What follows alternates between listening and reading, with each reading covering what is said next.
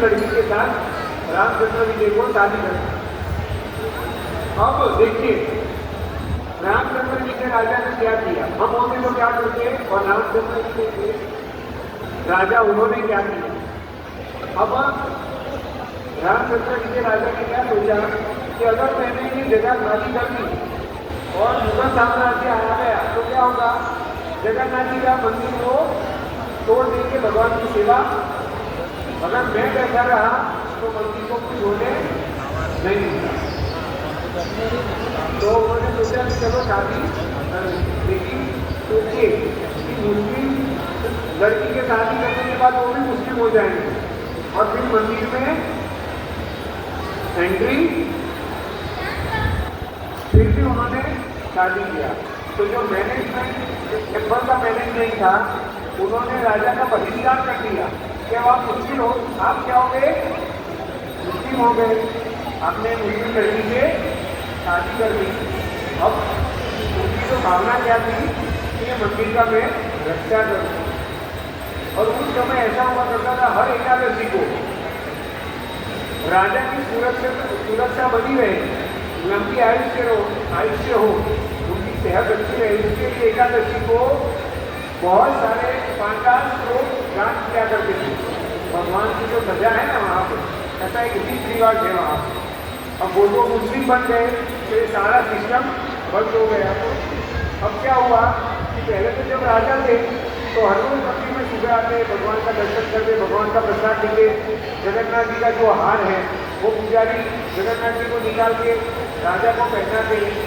ये जो रूटीन था इसके बिना उनका दिन नहीं होता था।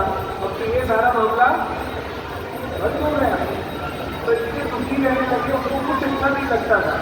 तो रात को लोग हर रोज आते, जब मंदिर बंद हो जाता ना तो रात को आकर रोते और जगन्नाथ जी को पुकारते। इतना रोते कि जगन्नाथ जी को मंदिर में से बाहर आके फिर उनको ठंडा करना पड़ता, ऐसा रोज होने लगा। तो फिर जगन्नाथ जी की भी नींद ठीक से हो नहीं पाती। तो पुजारी को लगा कि जगन्नाथ जी रात को सो नहीं पा रहे, क्या बात है। तो फिर आज भी ऐसा है कि जगन्नाथ जी को जब कुछ ठीक नहीं रहता वो खाना बंद कर देते और फिर जो वहाँ के हेड पुजारी हैं वो फास्टिंग पे चले जाते हैं जब तक भगवान स्वप्न में आके आदेश नहीं देते। तो ऐसा ही हुआ, जगन्नाथ जी सपने में आके बोले वहाँ के हेड पुजारी को कि तुमने मेरा जो रामचंद्र जी है वो मेरे लिए उसने मुस्लिम धर्म अंगीकार किया है, आपने हमसे ये जो व्यवहार किया है जिसकी वजह से मैं दुखी हूँ और मुझे हर रोज रात को उनको मनाने के लिए मंदिर से बाहर जाना पड़ता है।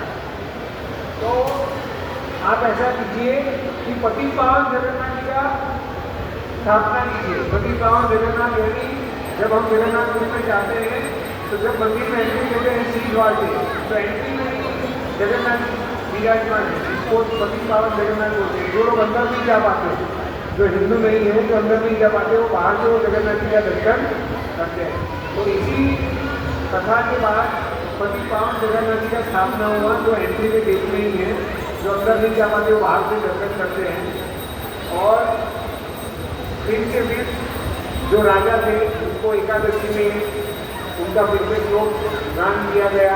जब उन्होंने शादी किया मुस्लिम लड़की से तो उनकी पहले जो पत्नियाँ थी, पहले में जमाने में एक राजा की एक से ज़्यादा पत्नी हुआ करती थी। ऐसा नहीं था कि राजा को वो विधान करना था, लेकिन क्या होता था जब भी जो राजा का युद्ध होने होता ना तो जो लड़की के पिता थे वो लड़की अपनी वो सामने वाले राजा को शादी करवा देती, तो युद्ध नहीं होता था, वो तो फिर संगत हो गए है ना। तो पहले के जमाने में राजा ऐसी एक्टिंग करते थे कि युद्ध नहीं हो तो अपनी बेटी को सामने वाले राजा से शादी करवा देते। तो इसी तरह जो ये रामचंद्र राजा जो थे उनके काफी पत्नियां वो तभी छोड़ के चली गई थी जब उन्होंने मुस्लिम लड़की से शादी की। लेकिन ये जब लीला बनी और मंदिर से फिर हेड पुजारी को स्वप्न आदेश हुआ तो फिर सभी पत्नियां वापिस आ गई। और आज भी रामचंद्र जी के राजा को हम सब याद करते हैं, है ना। वैसे समय हो चुका है और कथा जानती है कथा, एक कथा और लेते हैं।